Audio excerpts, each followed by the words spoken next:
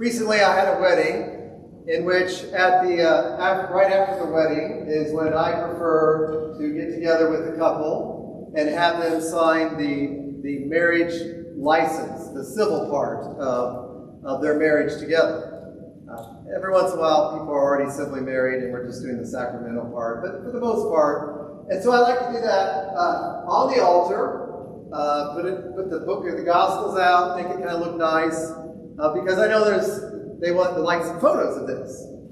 And then a lot of times we have a videographer, so they're watching, it's nice to have some video evidence that, you did sign that and everything. And so I had this wedding recently, and they were signing their license.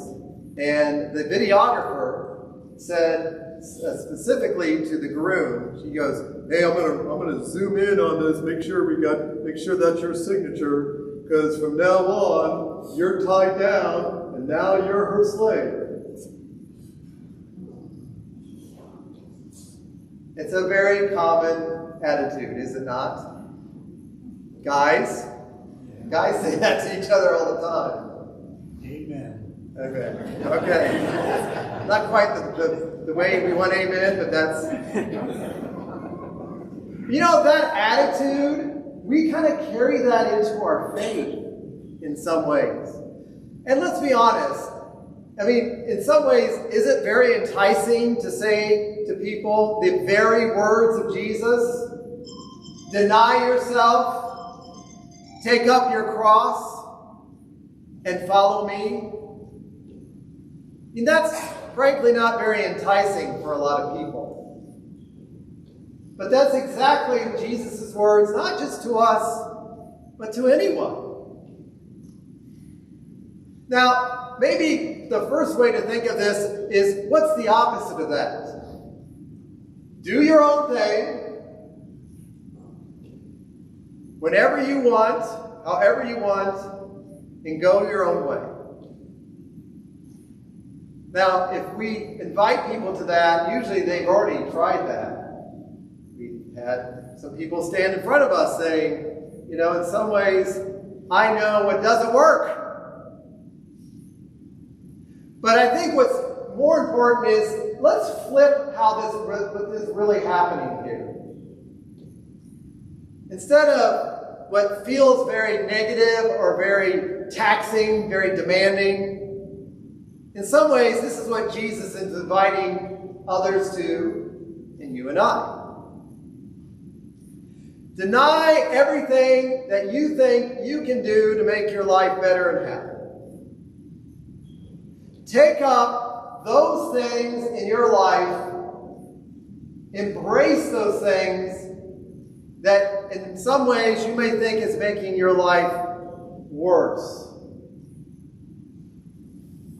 Don't be afraid to go to the extreme. That's what cross could mean. This is kind of confusing because Jesus is saying this before his crucifixion. And some said, well, the cross was really the letter tau, a T. It's like a cross. And that was the last letter of the alphabet. It's almost like saying going from A to Z, but just shortening it. Go to the end. Go take it to the end. Follow it all the way through. And you're not going to be lost because the one who knows the way is leading you. Follow me. If we flip our own attitude first and foremost, that what we get when we live our life for Christ, and we find especially the crucified Christ in our lives, which is also the resurrected Christ, full of love, and that we base our life on that. That is not burdensome or negative or demanding.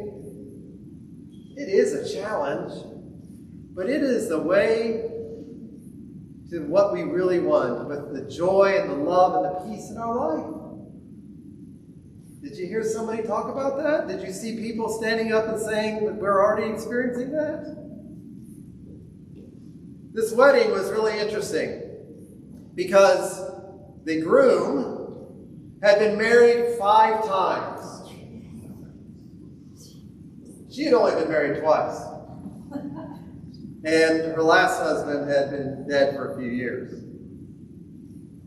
In meeting this Catholic girl, he came with a man of a lot of faith and a lot of experience in Christianity, but found something a little bit different for the first time around all these Catholics.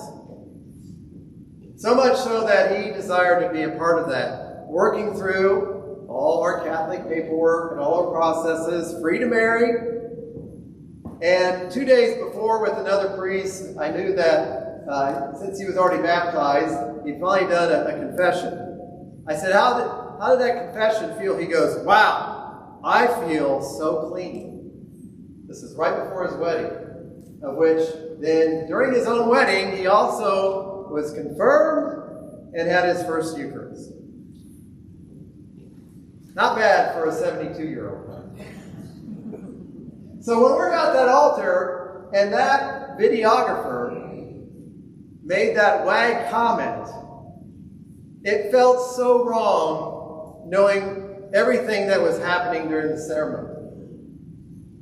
This was not this demanding, burdensome thing. And I looked up and I said to that videographer, no. That signature is symbolizing that now he is truly free. And he kind of stepped back, and then the groom said, amen, Father. So that's what we want, and that's what we get when we deny ourselves, take up our cross, take it all the way to the end, and following Jesus. That's the example we give to others, and that's what we want for them. May we not be afraid of this, so that we can experience and share with others the true freedom of following Jesus.